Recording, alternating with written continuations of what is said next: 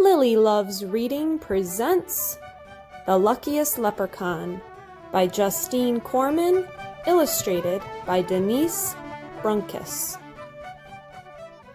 Top of the morning to you, my leprechaun friends. I'm here with Lily, and we're about to read a story. Good girl, good girl, good girl. Lily has picked The Luckiest Leprechaun, a tail-wagging tale of friendship.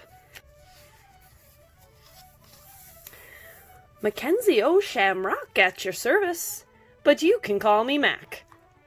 I'm a leprechaun, and I don't care if you believe me or not.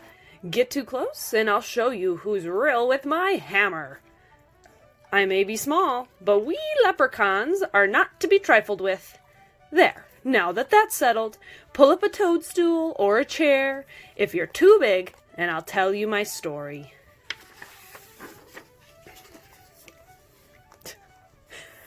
I was born beneath a fairy hill back when time was new.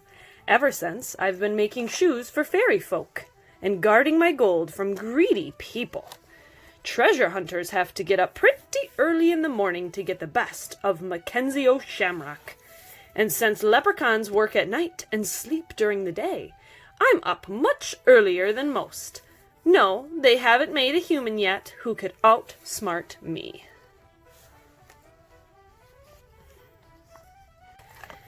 Then people found a new way to boil my potatoes. They stopped believing in leprechauns. They believed in all sorts of nonsense, but the little man making shoes beneath your very own hedge couldn't possibly exist. It got so only children and oddballs, like Professor Chester, believed in me. Excuse me, miss. I gotta go to the next page. Thank you.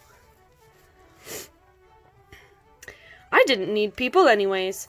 I had a nice home under a tree in a quiet park. As long as I had my gold and my work, this leprechaun was content. Every night I cobbled for fairies, since all the little things do is dance and lose their shoes. Business was steady. Every morning I'd pack away my tools and curl up in my own cozy bed.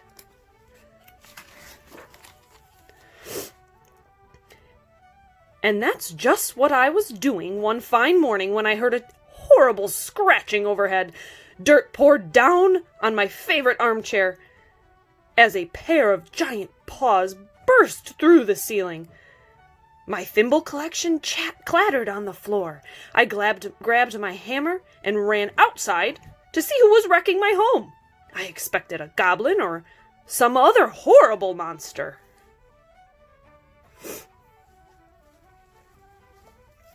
There's the paws. I wonder who's gonna be there. I found a shaggy red dog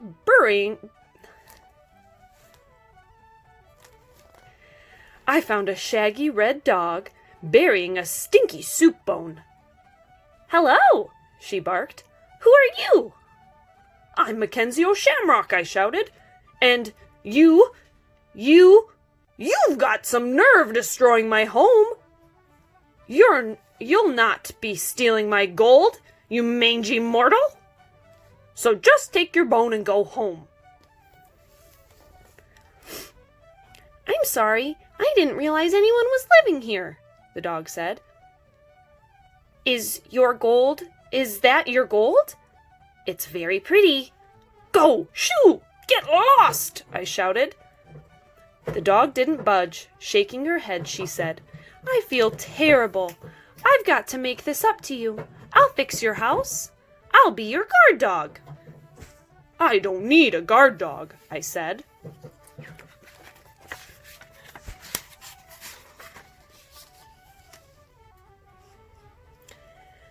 But you must need a friend. Everyone needs a friend, the dog said. My name is Lucky. What's yours? That made me even madder. Mackenzie O'Shamrock, I yelled. Oh, that's right, you did tell me, Lucky replied. But that's so much to remember. May I just call you Mac? I hope we'll be friends. Everything's more fun when you do it together, don't you think? Just the other day, Lucky would have gone on like that for hours, but I told her to go away and stay away. Apparently, stay was the only command that dumb dog knew. From then on, wherever I went, there was Lucky. She was slobbering all over me when I woke up at dusk. She was on my heels while I gathered cobwebs for thread.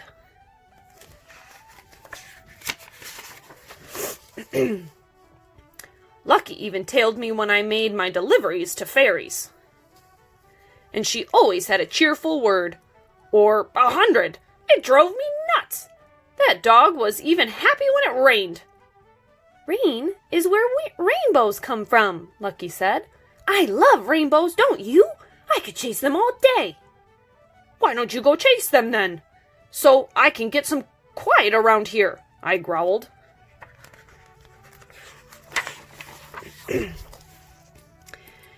After a while, Lucky learned not to talk so much, especially when I first woke up in the evening. I won't say we became friends, but she got slightly less annoying. Speaking of annoying, remember that human I mentioned a while back? The oddball who believed in leprechauns? That's right, Professor Chester. Well, he started snooping around my park.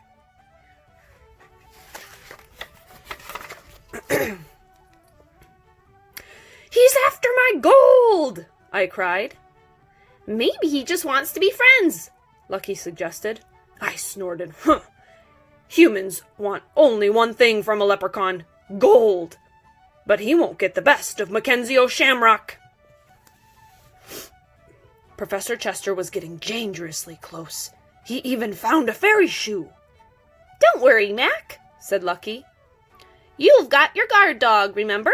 I won't let anything happen to your gold. I took no comfort in those mutts in the mutt's ravings. Oh, did you bring me a toy?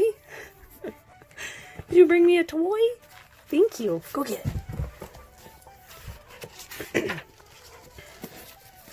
I watched Professor Chester poring over his books of leprechaun lore. If only I could prove their existence, he muttered. I shuddered.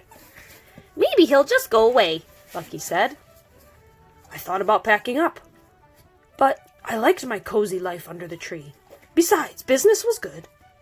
It's not so easy to find a park filled with fairies. Then one day while I was sleeping, the professor found my tree. He was about to capture me, and would have gotten my gold for sure when... Oh, thank you. Helping me turn the page? You helping me turn the page, miss? Thank you. Oh. Wolf! Wolf! Wolf! Wolf! Lucky came charging out of the woods. The professor cried, Help me, monster! Help! He dropped his map and ran off screaming. I thought I was having a nightmare. I rolled over with a groan and I fell right back to sleep. Professor Chester kept running until he wore out the soles of his shoes. Oh, thank you, Lily. Turned out the professor was scared of dogs. You're a good girl. That evening, I woke up feeling something was wrong. For one thing, the dumb dog wasn't licking my face. Suddenly, with a jerk, I remembered the nightmare.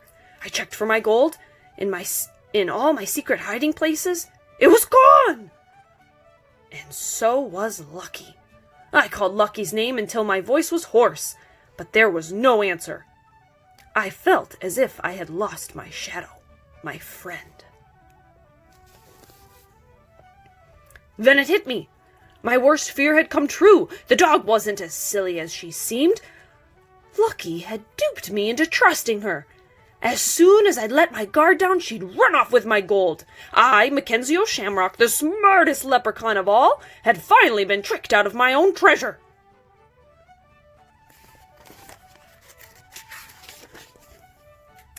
I searched the park for hours, but there was no sign of my gold or of Lucky. I told myself the dog had skipped off with my treasure, but part of me didn't believe it. One minute I was furious, and the next, I was worried. What if that stupid pooch had chased a rainbow into traffic, or had gotten herself into the pound? I couldn't even keep my mind on missing my gold. Looks like the leprechauns may be changing a little bit here. By dawn, I was the saddest leprechaun in the world. After centuries of being suspicious, I'd finally opened my heart, and pow! The first friend I made had stolen my gold. The sun came up, and I wiped away my tear. Then a voice behind me said, "Why are you crying?" I turned and saw Lucky and my gold. "Where were you?" I yelled. "I was worried sick." Lucky licked my face. "You do care. I knew we'd be friends." I wiped the dog slobber from my face and grumbled. I was worried about my gold. Lucky explained that she'd seen Professor Chester nosing around near my tree. After she'd chased him away, she'd hidden my treasure in the tool shed, just to make sure it was safe.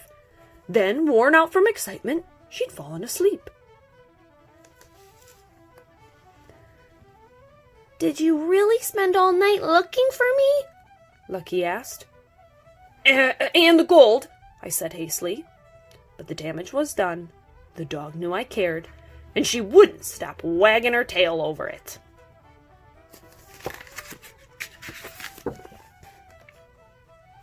So there's my story. Leprechaun gets gold. Leprechaun gets dog. Leprechaun loses gold. Leprechaun admits that a loyal friend is worth more than gold, as long as the friend doesn't slobber too much.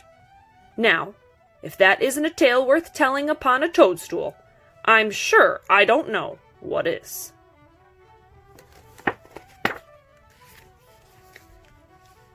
Yay, I'm so glad they became friends.